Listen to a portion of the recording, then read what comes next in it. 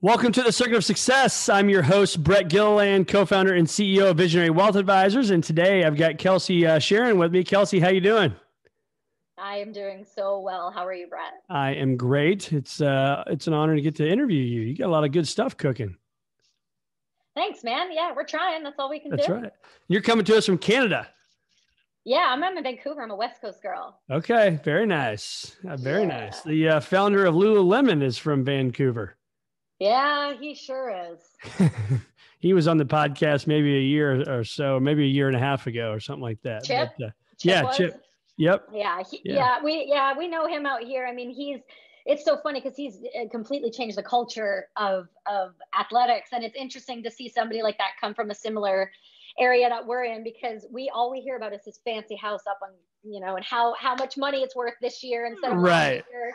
And I'm like, bro, I don't care about your house, but I will wear the hell out of your pants. I will wear your clothes. That's exactly right. Yes, sir. That's awesome. Well, so for the people that may not know who Kelsi is, why don't you give us a little lay of the land? We're going to talk about Brass and Unity. It's a company that you founded. It's also now a podcast. You were on the front lines in Afghanistan with the Canadian military. Came back, had the post-traumatic stress, just a lot of stuff going on. And I love what you're doing with it now, but you didn't just wake up here and get to feel happy and all that kind of stuff. And so let's kind of talk about some of that, the backstory. Yeah. I'll give you a brief overview. I'll make it as tight knit as I can. I come from a background of that never quit attitude from my parents, and that kind of carried me through. I was a professional fighter. Taekwondo fighter for the majority of my life, a second degree black belt. I believe in martial arts wholeheartedly and believe the discipline that it provides when you're a young child and moving into your teenage years. And then I consider fortunately, got to join the Canadian military and deployed to Afghanistan. While I was there, I was borrowed by other NATO countries and was put on the front lines with multiple, very influential infantry units. And I was so thankful to get to meet those guys and work with those guys. But unfortunately, due to that circumstance, I did sustain an injury that was career ending. And it's been a road from that point on. It was really got to the point where art therapy needed to take off. Something needed to take off. And when art therapy came in, due to my doctor kind of suggesting it, even though he knew it would be an absolutely ridiculous request for me to do art therapy, it gave me an outlet again. And that outlet I found to be something that was not only fruitful for my mental health, but I realized I could really do something with this if I put the effort in and educated myself on how to grow a company and how to do these things. And I was very fortunate enough to have a husband who is also a retired supercross professional racer, who then became an inventor and invented a neck brace that prevents cervical spine injury. That's now the safest brace in the world. Grow a company and then teach me everything he's learned. So this isn't completely like on my own. I mean, I've totally had a support system that's been within the business community, and they were able to educate me. I've got that, what do they say, that educate as you learn while you're working. You just school of hard knocks learning, right? Yeah, absolutely. But I got a full-on education with that. And then, what are we, 5 years in March? We started on the kitchen table, banging on doors, selling, just getting any appointment I could get, telling my story, and hoping that people would not only fall in love with what I'm trying to do to help others, but then hopefully fall in love with the fact that I have a story to tell that hopefully can be beneficial for others. Yeah. So when you say Brass and Unity, obviously I've been on your website. It's phenomenal stuff, what you're doing, but share with our listeners kind of what is Brass and Unity, and then why jewelry? Oh yeah. Weird question, right? I know.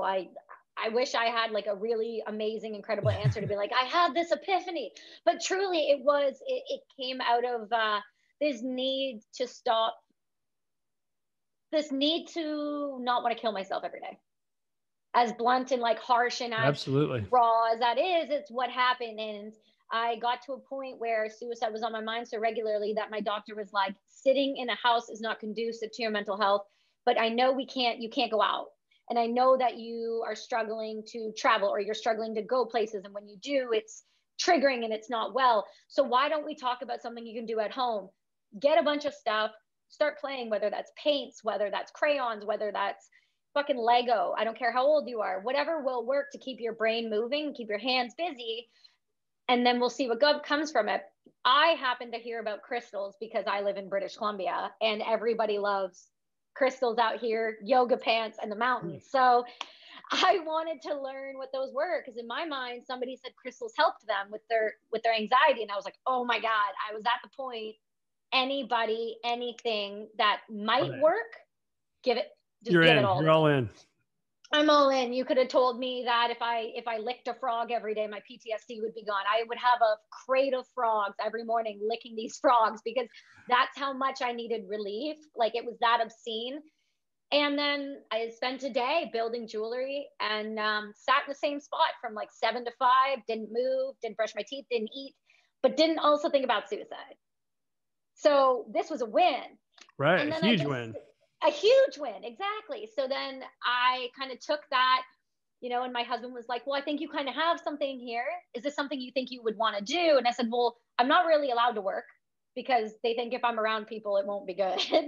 But I really want to do something that I know can help my community. And that is, whether that be through having a charity or running a support group or some aspect, I wanted to find a way. And this just happened to be my way. So jewelry wasn't really a choice. But like, it was the business plan. I guess what I'm getting at too, I think, is unique. It's not like it was this grand business plan and, you and your friends from Harvard, right, or writing it out. It just happens to be jewelry. I mean, sometimes it just happens. Yeah, exactly. It wasn't, like I said, it never was meant to be a business. It wasn't supposed to be anything. It was supposed to be just relief for my mental health. And it just turned into this whole thing. It's what it is now. So I want to get back to that, but I want to kind of go before that if we can. I know you're pretty raw and you're pretty transparent, I think. And so talk to us about, and to our listeners about the days when you said you wanted to kill yourself. Like, what was a typical day like? So you wake up, walk us through that. Oh yeah, it was real odd. From like what I can remember to the best of my ability, I was on a lot of pharmaceutical drugs given to me at that time. So everything feels a little foggy from about 2014 below, once they put me on all those drugs. But it was very basic. I mean, people will say, well, we saw you traveling in that time frame. And it was like, I had to travel with a whole family of people. And every time I left or I went to an airport, there'd be a meltdown. Like, there was like, oh, you went on vacation. It was like, I literally was not there. My body was physically there, but I was not there. So I would wake up, and then I would lie in bed, and then that would be the day. And then I would cry, and then I would almost feel like I was getting feelings again, but then realize that like everything was so numb. And I make jokes about being dead inside, because I truly know what that feels like, to have every single emotion, feeling, and even tactile touch. Nothing felt like anything. Wow. Nothing. So how did you get through that? I mean, you don't just like all of a sudden wake up, sing Kumbaya. So like, how do you do that? If only, right? I was very, very, and I say very lucky, because I had a support system. When I got injured in Afghanistan, due to the fact that my injury was sustained while in active combat, they had a paper trail. So because of it, they sent me home to the hospital early, and that paper trail followed me. Because I was not a vet who developed PTSD after being home for a year, 2 or 3, and then tried to prove what happened to me, I actually had a support system built in, because Veteran Affairs realized they had enough documentation to take me on and give me a doctor. So when I got home to the hospital, they put a lot of people on me. I had like 2 doctors doing medication. I had 1 doctor doing psychotherapy, whether that be EMDR, talk therapy, or even what's it called when they hypnosis, like those types of things. And then they decided after 6 months, after not calling me or contacting me, that they were going to retrain me. And so they sent me to the range to be a person who clears the ranges. And the fun fact about that is, active combat sounds a lot like ranges. It's not ideal, man. No, it doesn't sound like it. And so they sent me 2 half days a week, and I would do that. And it was going okay. And I had doctor appointments, checkups. So people were on top of me. And then it got to the point where finally they're like, okay, we're going to let her go clear a grenade range. And for whatever reason, the grenade range was like, I can feel my body getting antsy. The grenade range was the catalyst and the break point for the military realizing I was not retrainable. I went to go up to the sand. And if you don't know what a grenade range is, it is essentially a concrete wall that two people stand behind. And on the other side is just a massive sand pit, like as wide as it can go, because it absorbs the shock. So for me, I had went to step onto the sand to clear, and I physically was paralyzed. I couldn't move. And all of a sudden, my whole body was in Afghanistan, and I broke and I buckled to my knees, and I just sat there and I couldn't move. And one of the guys came over and helped me get back into the truck and was like, okay, we'll go back. We went back, and then I guess paperwork was written up, and they said, you know, what do you want to do? And I said, I want to do my job. And they said, at this time, we don't think that's feasible and or doable for you and your mental state.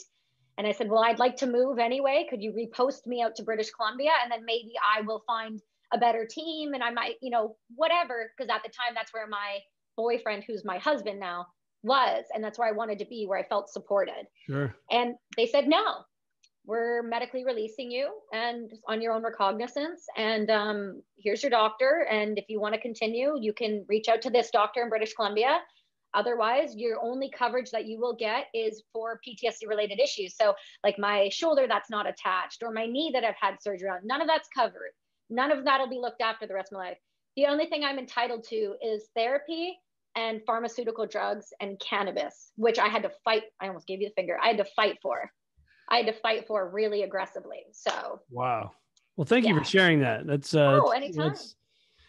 So what would you, so obviously you went through the dramatic stuff, you know, in war. And so what about the person that's driving down the road right now? And they're like, gosh, yeah, you know, I have my dark days, or I have anxiety, or I get into a workroom and I feel the same thing, right? You felt on a grenade deal. They're feeling at work. What advice would you have for them?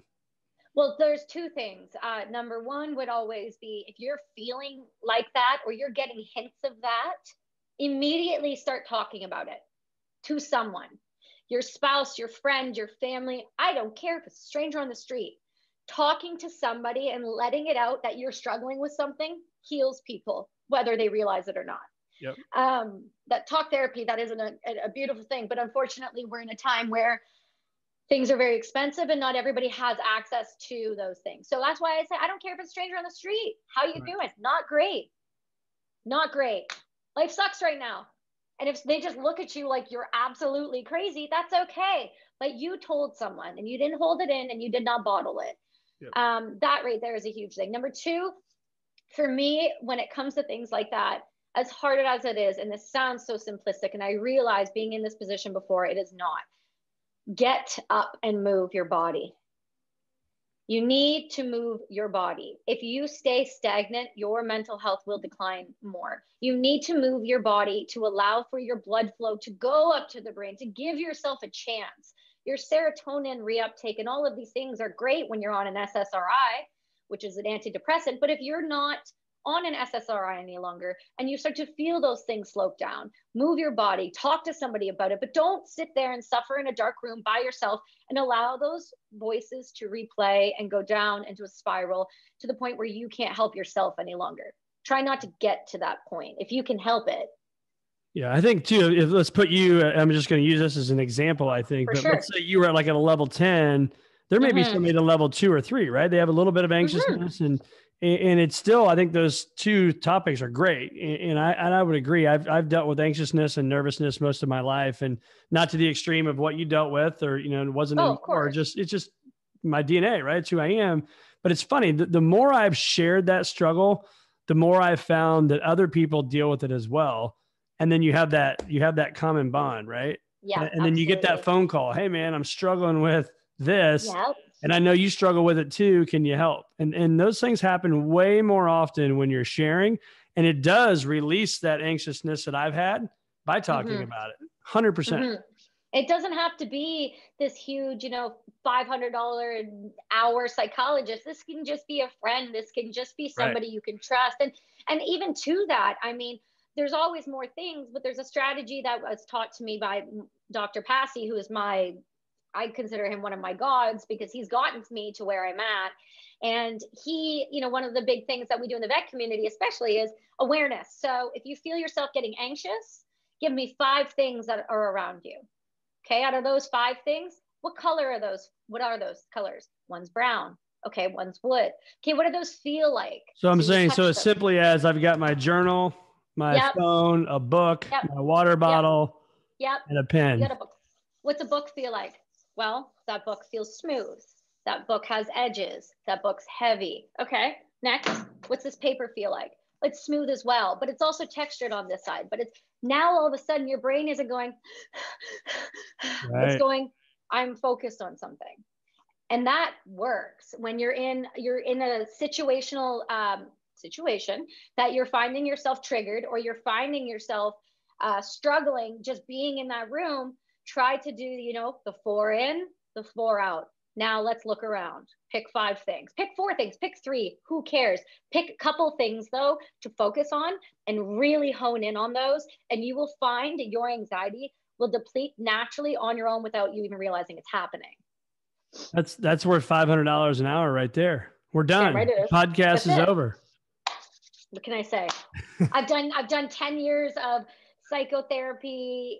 I've done everything. I'm that guy that's done everything. And I'm telling you right now, as simple as that sounds, it's one of the best techniques. Isn't that amazing? I can see that because your brain focuses on the bad, right? The really bad stuff. You said your breathing's wrong, your heart rate's up. Yeah. And now I start to diversify my thoughts, if you will. And that makes a lot of sense.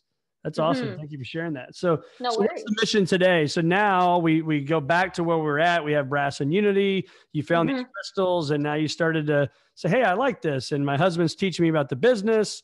And now here you are, you've got your own podcast. You've got other stuff we won't talk about in the makings, and just, now what?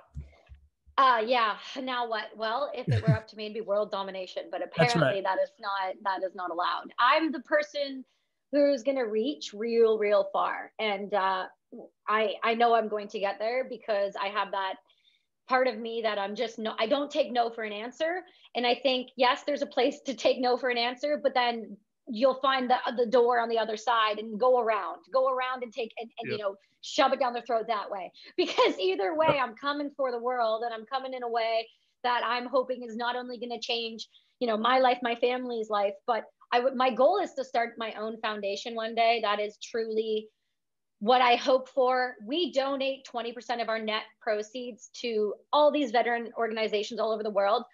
But eventually I would like to be the organization that does this work and wholeheartedly does it in a way that I think it can be done more efficiently, more effectively, not only based on science that has come out since, we've been in Afghanistan since 2000 and God knows what. What are we on, like the 15-year-long war, 18-year-long war? It's ridiculous. So I hope to be able to help in that moving forward when it comes to, we don't have to always drug our soldiers. Why don't we talk about other ways to fix problems? Like, there are ways, and I want to be at the forefront of that. I want to be able to fund science. I want to be able to fund things that are going to make the true difference and not just say we're making the difference. And I want to, I want my book one day to be a bestseller. I want it to be a bestseller so I can donate the proceeds. I just want to grow a platform to allow for others to know that suicide doesn't have to be the option, which there's so many vets doing that. So it's absolutely incredible. But I also want to be in an example. I'm a 5 foot, 110 pound person who worked with men triple my size, loaded rounds that size. Your size, your look, your ability does not define what you have to be later down the road. And even though I am this small, I want to be remembered as the 7 foot giant that took on this industry in a way to help. And that's all I want to do is help. Work hard and help harder, period. That's my goal. I love that. I think you're going to do it. You can hear it in your voice and your passion. Well, I'm not going anywhere. So people can keep saying, no, hell trying, right? But they're just going to waste their time. So I always like to kind of go back, the yin and the yang of that stuff. I 100% believe that you will do that.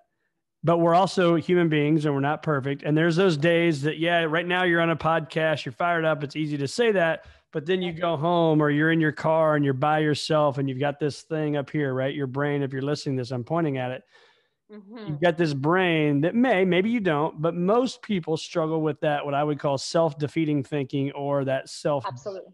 right? I still have that every day. Perfect. And that's what I wanted to hear. So, so talk to us about that. You hear that, I want this, right? But this little thing on my shoulder over here is saying, you can't do that, Kelsi.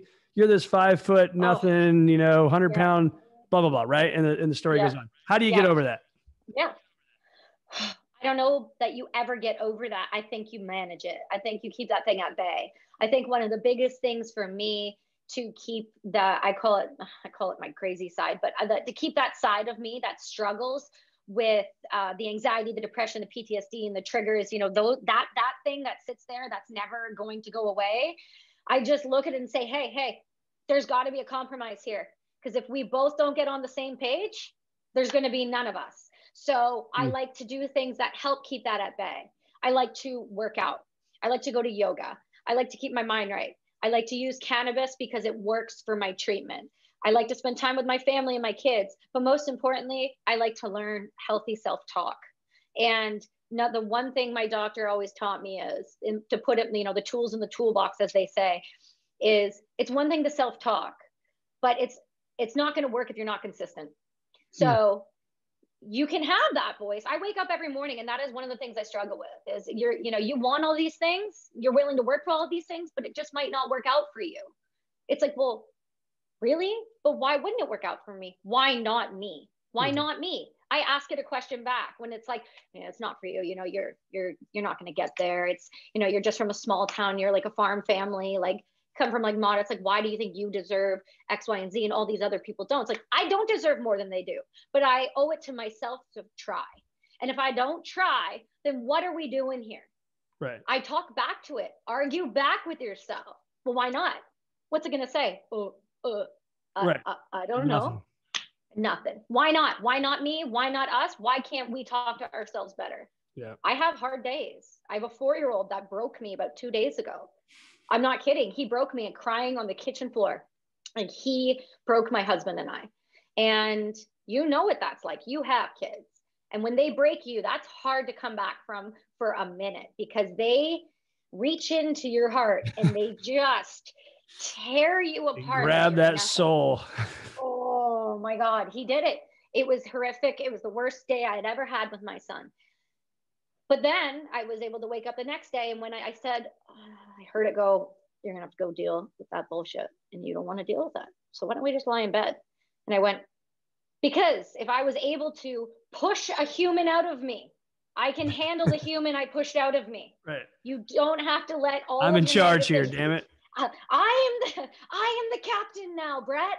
Right. And that's all I tell myself is, I am not kidding when people are like, I have a hard day. I have them too. I have them more often than not. Like my team around me, Brett, will tell you, I am sometimes the worst, most negative, hardest person on myself. But shut it all down. It's not worth it. I go that far. Yeah. But you have to know that you can do it too. It doesn't matter what you go through. You just have to have a little bit of want, just a little bit to argue back. I love that. So I call it, I've got this thing everywhere. I call it my strategic think time, and it's my black journal. Okay. Yeah. And this thing's everywhere because it's got so much stuff in it. So that's for me, when I'm feeling like that, I kind of run to journal time, right? Doors, turn off the phone, and it's me. And all right, how do we get out of this? Because I call it the bounce back theory. The most successful people I know or have the now privilege to interview, they bounce back from rejection like that, right? Like you get bad news and it may suck. It may ruin the day for a moment and you may want to go home and cry, but I guarantee you that Kelsi Sheren gets right back up and goes and punches it back in the face and moves on, right? And most people don't do that. And so when you hear me say that, or that bounce back theory, what are your thoughts? I think there's an aspect to that I totally agree with. I think we're all built differently from a biological chemistry standpoint, and everybody, whether it's nature versus nurture, is going to have a different outlook on how they handle situations. And I think a lot of that bounce back theory, I agree with. I think there are some people though that are just predisposed and wired a different way, and it's no fault of their own. But I do think sometimes those people might need a little more help, even temporarily in the beginning of getting better or hearing no. They might just need a little bit more of a sensitive approach to how they get themselves back up and get moving. Yep. Me, I've just been literally physically kicked in the face since I've been 4 years old. Like, that's just what I do. Somebody has come to my dojo and kicked me in the face on repeat every single day, twice a day, until I was about 13. And then again, when later on, I just don't have quit. My mom always taught me, my dad always taught me, can't isn't a word. They cut it out of the dictionary. I don't even know that it exists. And that's because my family grew up, they were predisposed to this idea, you know, they had a harder life, no running water, immigrant family, that sort of thing after the war. And then my mom and dad instilled it in me that literally nothing can be as bad as it was for them. Right. And it can't be, like, truly. And my mother always said, you just keep moving, you get up, you get kicked in the face, you get knocked down, you get up. But I was predisposed to that nature versus nurture my entire, you know, childhood. So that's just how I feel I'm wired. Some people are not like that, and that's okay too, though. And I think that's the difference, is people will bounce back. Some people just need a little more time. Yep.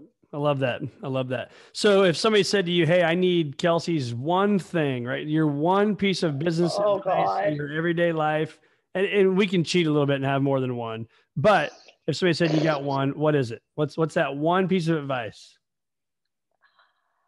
In terms of like all we'll say this, we'll say to be the best version of yourself. One piece of advice, and then also be the best business, you know, man or woman that you can possibly be. Like that one nugget that somebody could take away and implement today into their business.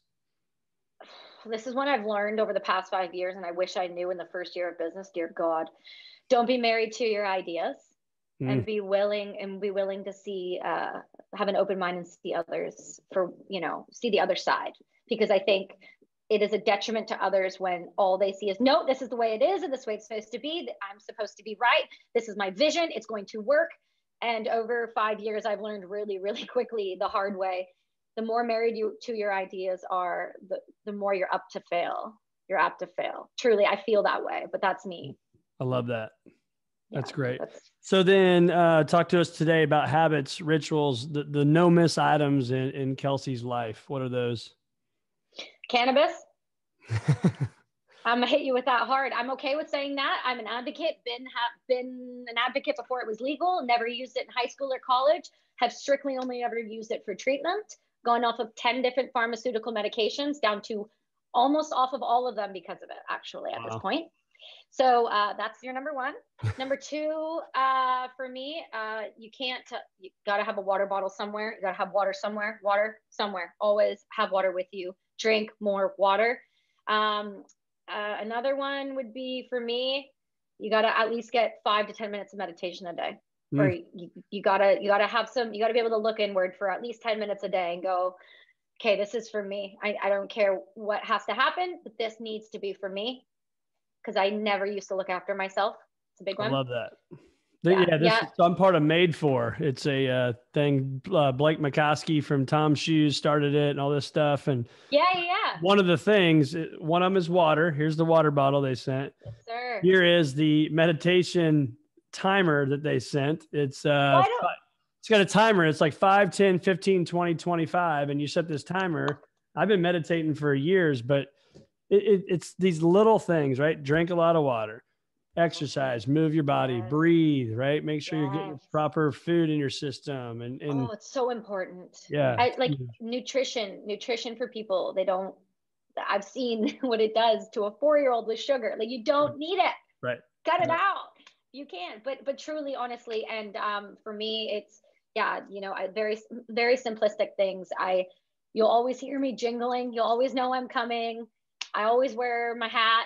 It's like my shield of protection. I feel like it's my beret in the military. It's my safe space.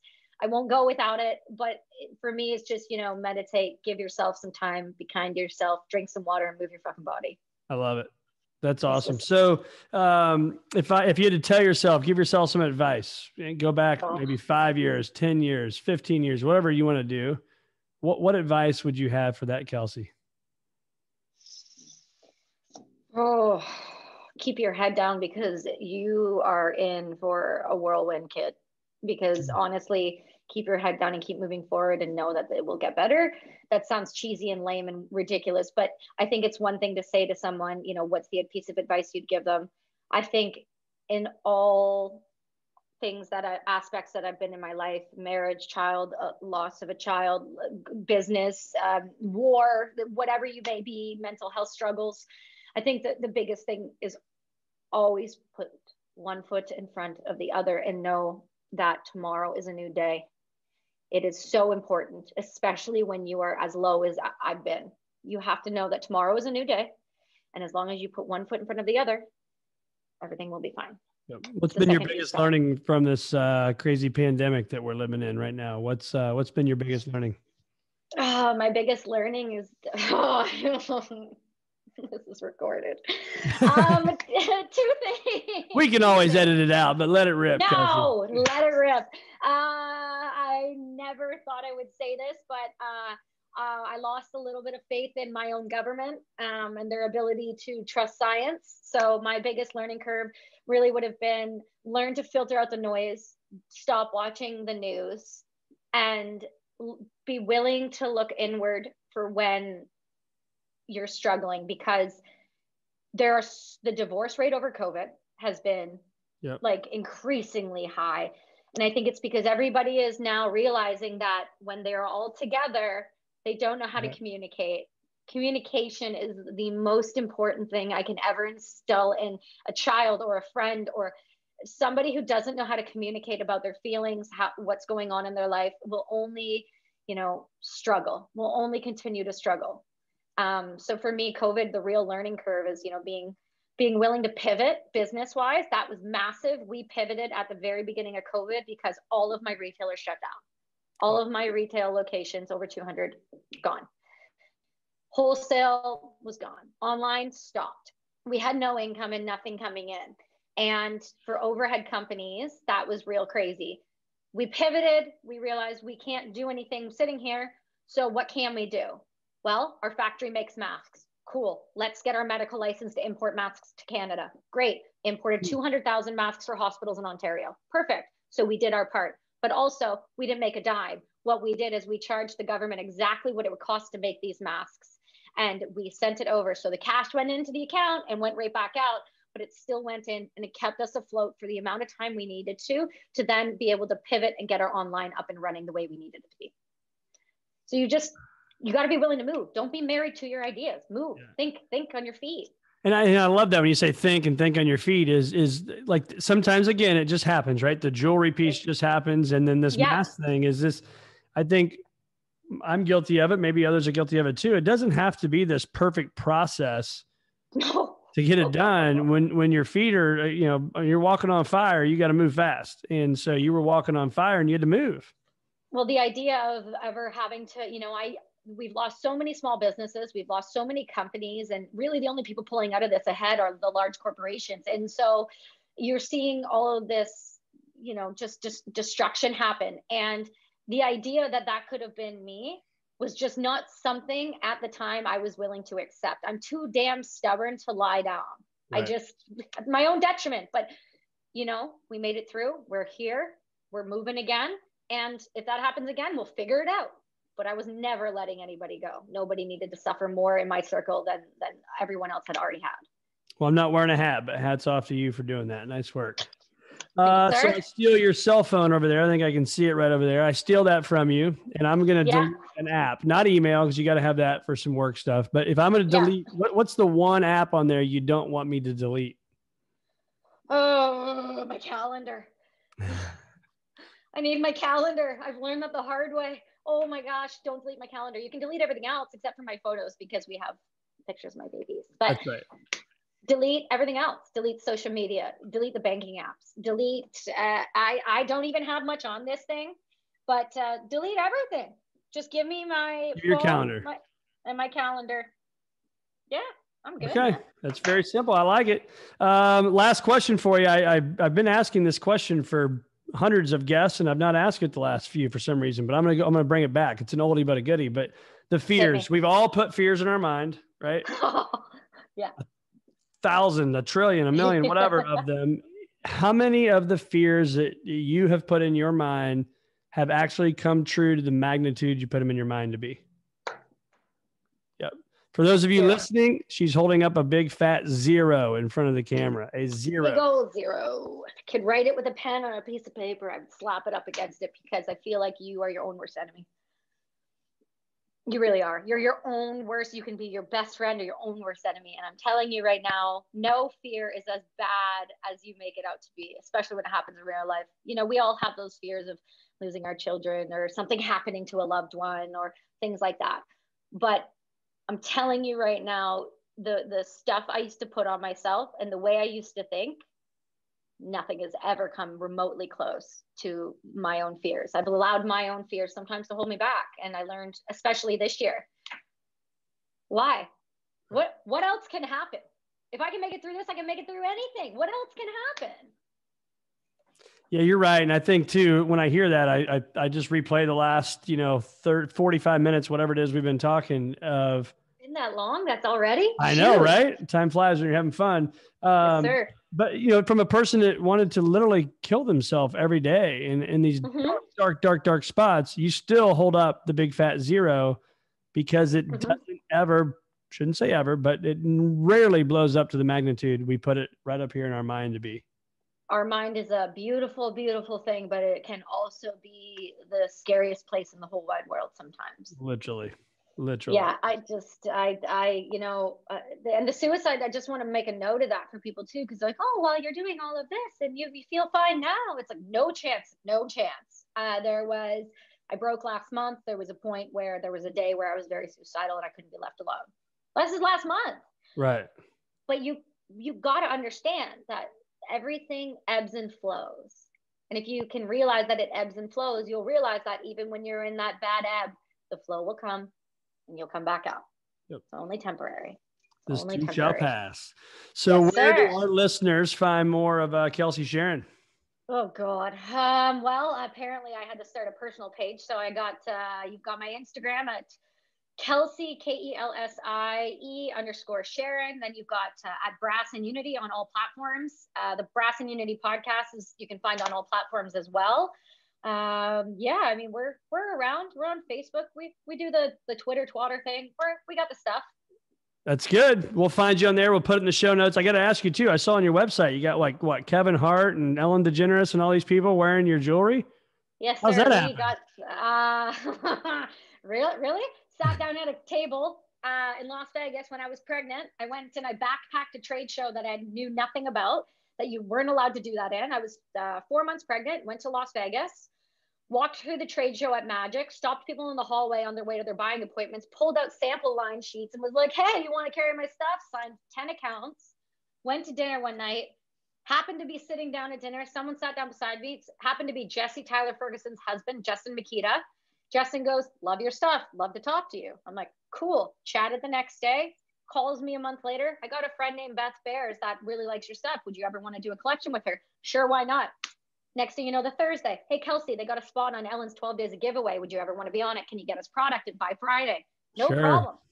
You just don't say no. You find a way to make it work. And somebody asks you to do something in business, you say yes, and then you figure it out afterward. You never say no to an opportunity. Never, never, never. I love that. That is great advice. Thank Kelsi. You, sir. Well, it's been awesome having you and such a privilege. You've got an amazing story and you're going to do amazing things in life and you already are. You're going to continue to make a huge impact. So we'll share where to find you. If there happens to be maybe a book or anything like that just happens to come out in the future, we will send them your way and maybe you'll come back and join us on the show when it's out. If it's out. I will come anytime you would like me, Brett. I have had a great conversation with you. I've never been asked some of these questions. And so you stumped me and I love it. Awesome. Thanks for joining us. Thank you so much, Brett.